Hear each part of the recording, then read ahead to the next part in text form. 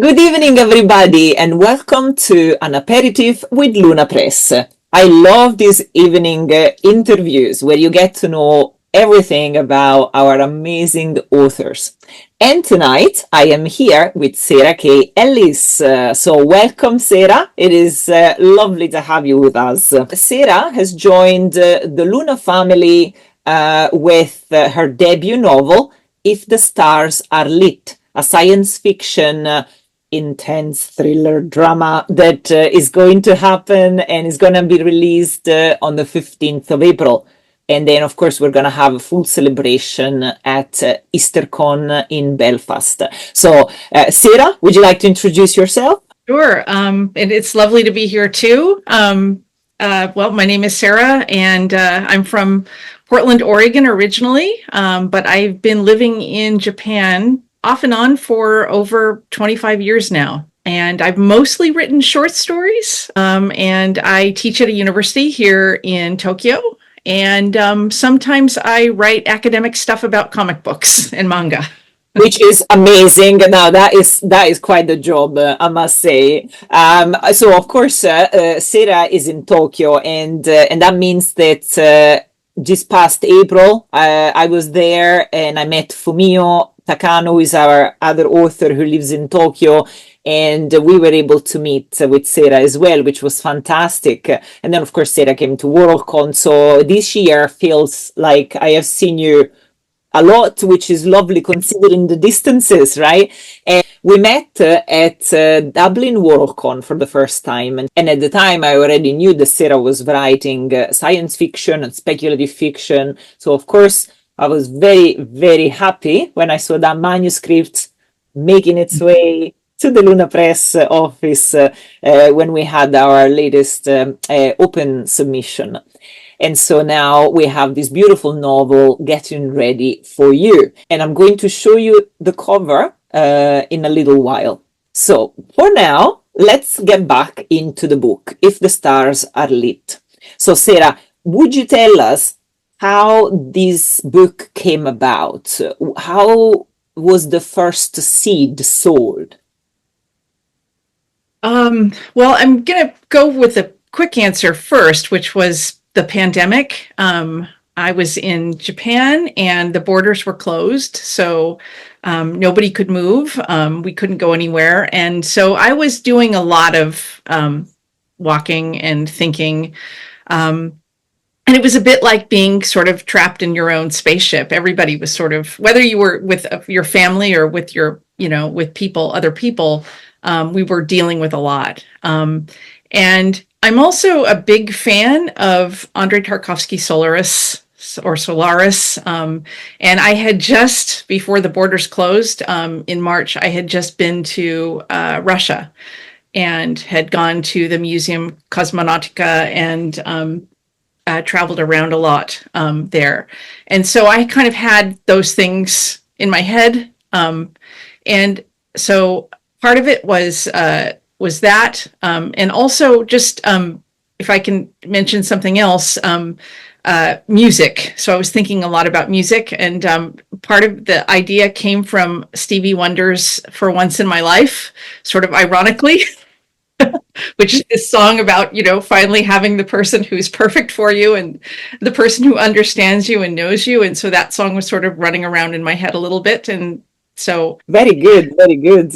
And so now the story is set, as you said, in fact, in a spaceship. Mm-hmm. And there is a sense of isolation for sure, but not quite. So what can you tell us about the story a little bit, without too many spoilers, So the story is, it's about being alone, but also I would say being trapped with yourself, and not necessarily an incarnation of your actual incarnation, many incarnations of yourself. So it is about loneliness and it is about grief. It's also about memory, and not just the fallibility of memory, but what happens when your memory is too accurate, and what are the down points to that as well. So absolutely. Yeah. obviously we know, and this is not a spoiler, it's on the blurb.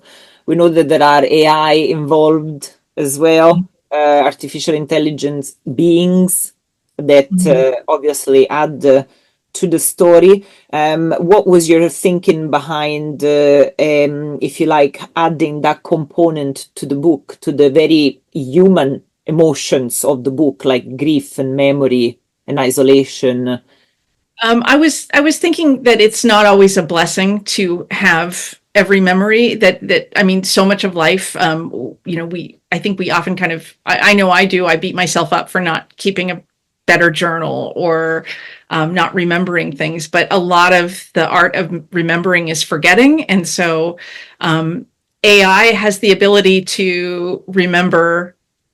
You know, Yeah. absolutely everything. We're reaching that point where all of our memories aren't going to be pruned the way that they are now in our bodies. And so I was thinking about that in terms of Mhm. if that Yeah, AI appeared, what would that mean? And absolutely. what would that mean for your job? Like if you're a detective, it's part of the art of figuring things out has to do with forgetting as well. So This is really true. In fact, I was thinking about the fact that I suppose our capacity for forgetting, in a sense, or for pruning, like you said, which is a very apt term, I think it's essential for our survival. It's almost like a mechanism of defense to an extent, because if we could remember clearly a lot of the things that happens to us, I'm not sure we would be able to cope. Even if you consider even losing someone, the loss of death.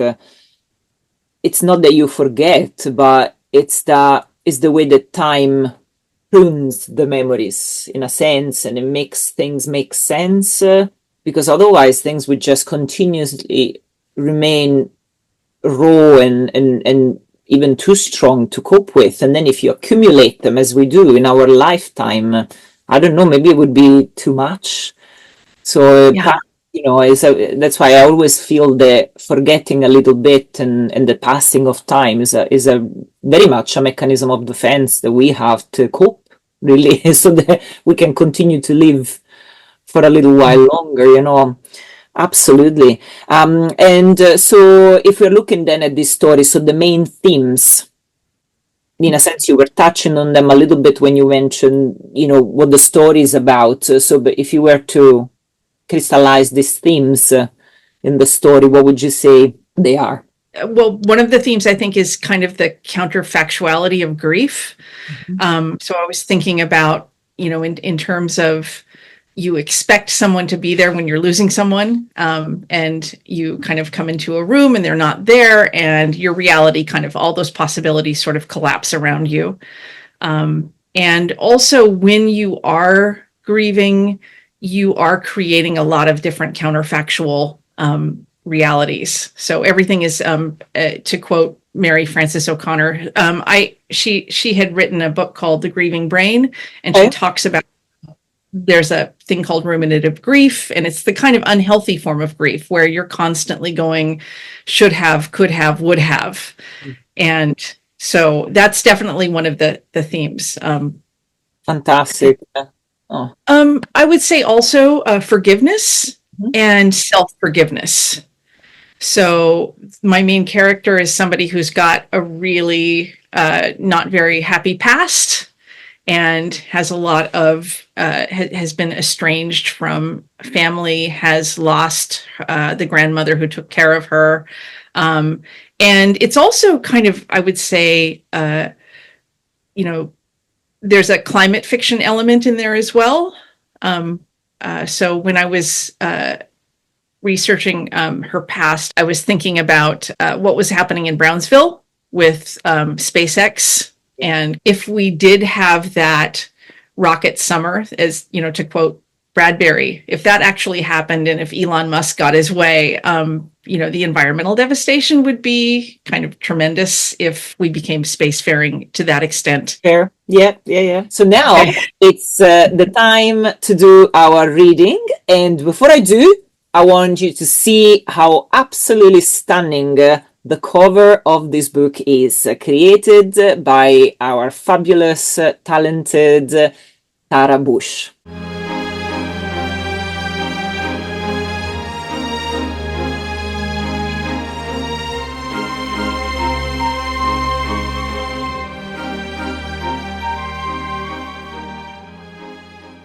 It truly is beautiful. Sara, what did you think when you first saw this cover? I was blown away. I was, there were tears. I was amazed. Yeah. I went on Twitter and I said, I have to be secretive about this, but Tara Bush, you are a genius. And then she answered, kind of. Oh, like it is truly beautiful. It's so emotional as well, especially when you are in the middle of reading the book and you fully understand obviously what is going on. So it makes perfect sense. Now, so we are now going to go on to the reading. Sara, I'm leaving this to you. Where are we at? We are very near the beginning, and the character, there's a ship. She's on a ship. Most of the ship has been decimated, and she has just come to after the explosion, and she has no idea what's going on. So she's very disoriented. Joss opens her eyes, and the tracking lights dotting the floor cross her vision like a bright trail of fungi. She's sprawled flat in the corridor of Petal 4, one of the Tiktalik's passenger mods, her lungs seared with smoke and her head throbbing as the emergency lights flicker, and the maddeningly sedate voice of Harbor, the onboard system, reassures her that the atmosphere has stabilized. Oxygen levels at 60% and climbing. If you are injured, state your location and we will send an evac drone. Wait, how is she here now? Light flares and subsides beneath her closed lids. Harbor won't shut up. She was in the bar talking to Annie. She can remember her words slurring, a joke failing to land, then Duvim barking at her through the comms. She remembers the passengers and service crew, faces expressing mostly irritation coming at her from the opposite direction as she fought her way out of the bar and down the gangway. The klaxon was blaring, red lights flaring like abrasions across the smooth walls of the corridor. A large man interposed himself between her and the exit ramp, his expression obliging, almost jovial, like he still thought it was just a drill. "Can't go that way," he said. "They're evacuating Central." Joss tried to circle around him, but he shadowed her, his smile dropping as another blast shook the corridor. A groan rose from somewhere below as the wall, to Joss's right, split into a runnel, expunging smoke and wires and graduating the crowd into panic.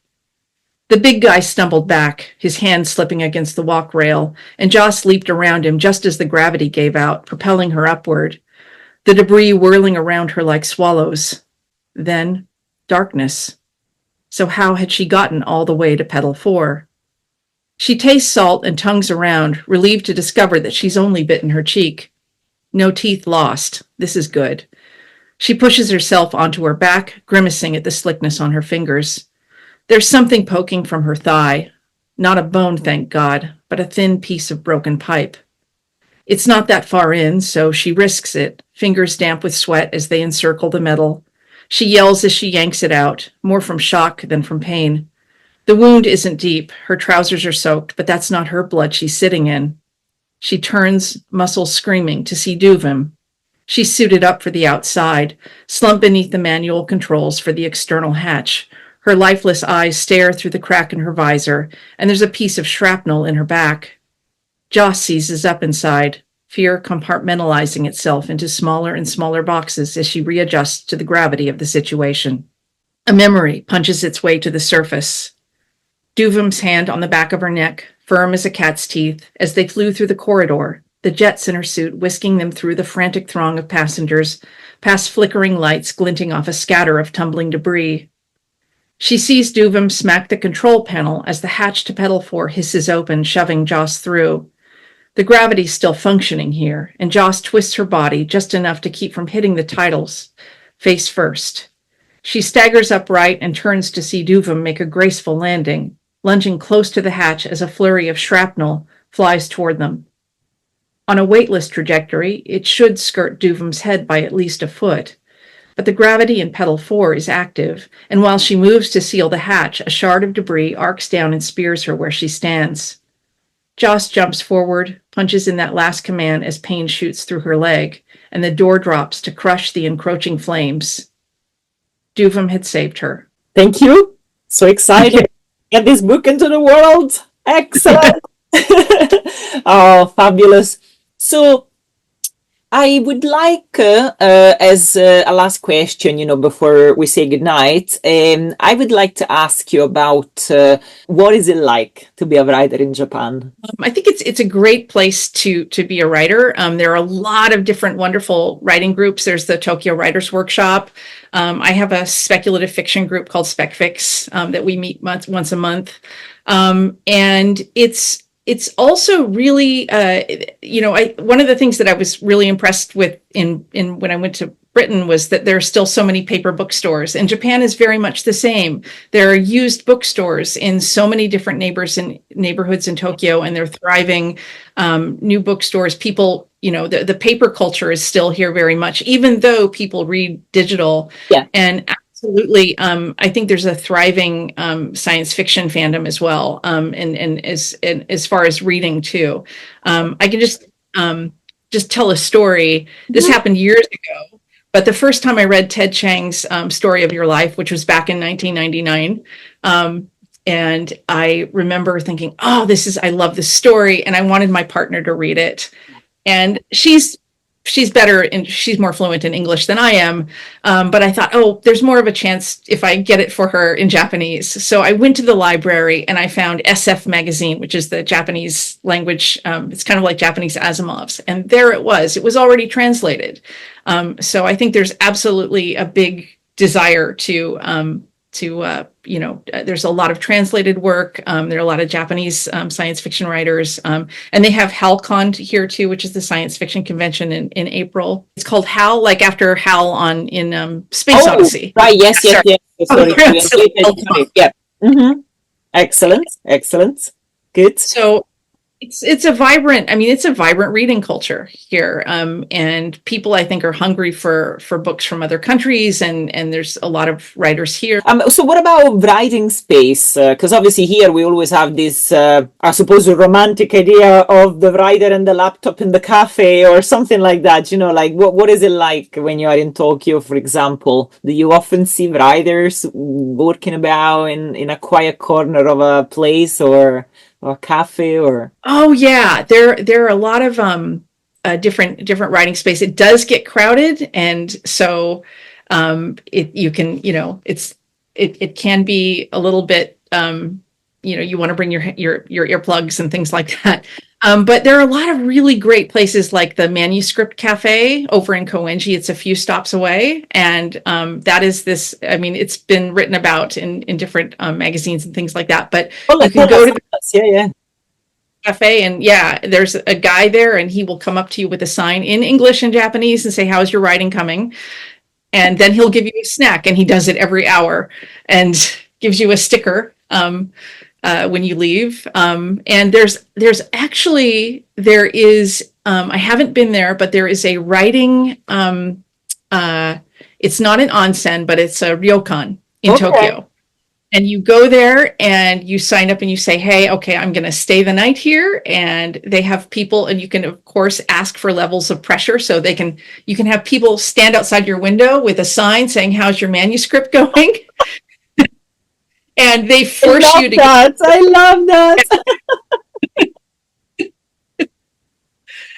I actually really want to stay there. Yeah, there was someone wrote a wonderful article about how she'd gone there, and she'd sort of asked for middle pressure, and yeah. You know what? It sounds something like out of. Do you remember the movie LA Story with Steve Martin? Yes. Yeah. And there were those little quirky thing that really, these kind of things would have been perfect in that movie. Asking the required level of pressure as part of everyday matters, yes, please. It's just like, I love that. Oh, fantastic. So yes, so places like this are quite impressive though, because I don't think we have anything like that here, for example. So that's really good, really good.